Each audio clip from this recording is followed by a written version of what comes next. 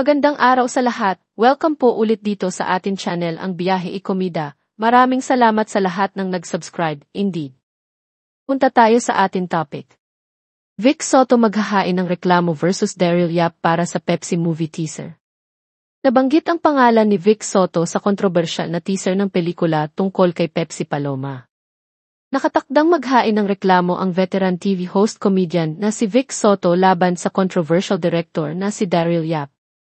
Ito'y kasunod ng pagbanggit ng pangalan ni Vic sa inilabas na teaser ni Daryl para sa pelikula niyang The Rapists of Pepsi Paloma. Ang pelikula ay base sa buhay ng yumaong sexy star na si Pepsi Paloma. Ayon sa legal counsel ni Vic, nakatakdang maghain ng formal na reklamo ang Eat Bulaga. Host laban kay Daryl sa Muntinlupa City Regional Trial Court bukas, Huwebes, January 9, 2025.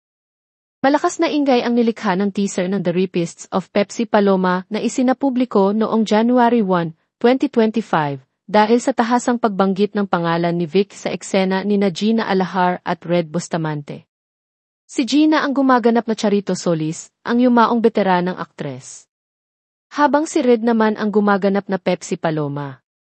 Sa kontrobersyal na eksena ni Gina at Red, mapapanood ang pagkumpronta ni Charito, Gina, kay Pepsi, Red, nang walang habas nitong tanungin kung totoo bang inirape siya ni Vic Soto. Inakusahan ng rape ni Pepsi Paloma si Vic Soto at iba pa, subalit makalipas ang ilang kaganapan ay inurong nito ang demanda. Bakit? Ang The Rapists of Pepsi Paloma ay nakatakdang ipalabas sa mga sinihan sa February 2025, 3 buwan bago ang ika-40 anibersaryo ng kamatayan ni Pepsi na winakasan ang sariling buhay noong May 31, 1985. Samantala, Kim P. De Leon nag-react sa Pepsi Paloma issue Pep interviews. Kim P. De Leon ayaw makisali sa Pepsi Paloma controversy. Bisitahin ang website ng pep.ph, Philippine Entertainment Portal, para sa buong detalye. Sorry, mahal ko kayong lahat, pero I'm not in a position to say anything about it. Kasi, honestly, ako wala namang alam dyan. Hindi ko rin alam mga puno-puno ng araw na nangyayari mga ganyan. Alam ko naman, tayo tatanong ngayon, sabi ko, ano ba naman nangyayari ito?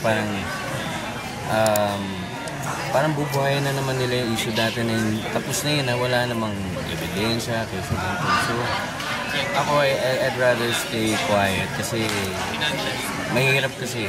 Kung una kong narinig yan, sabi ko, bakit kailangan gawin to? Ano? Dahil ba eleksyon? Kasi Tito Sen, di ba, tatakbo.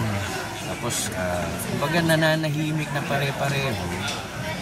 Kailangan buhayin pa yung mga ganitong tapos na. Kumbaga patay na, bubuhayin mo ba. At yan ang ating latest showbiz chika update for today. Huwag kalimutan mag-subscribe. Click the notification bell for more showbiz chika updates. Like and share the video at pakisuportahan po ang ating Facebook page. Maraming salamat sa lahat ng nag-subscribe, indeed. Magandang buhay sa lahat, paalam.